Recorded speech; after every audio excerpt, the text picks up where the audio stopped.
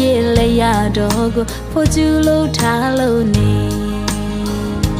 လေပြစ်ပါခင်ညာရွှေရောင်ဝင်းလို့တော့ပါနေ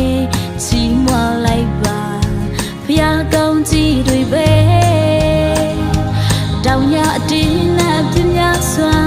ဝေစားလာတော့ဘူးပွင့်ပြီးဖျားရဲ့လေရတော့ဟာချီးမွမ်းမကုန်ဘူးနော်ကောင်းကြီးမူရွာပြီး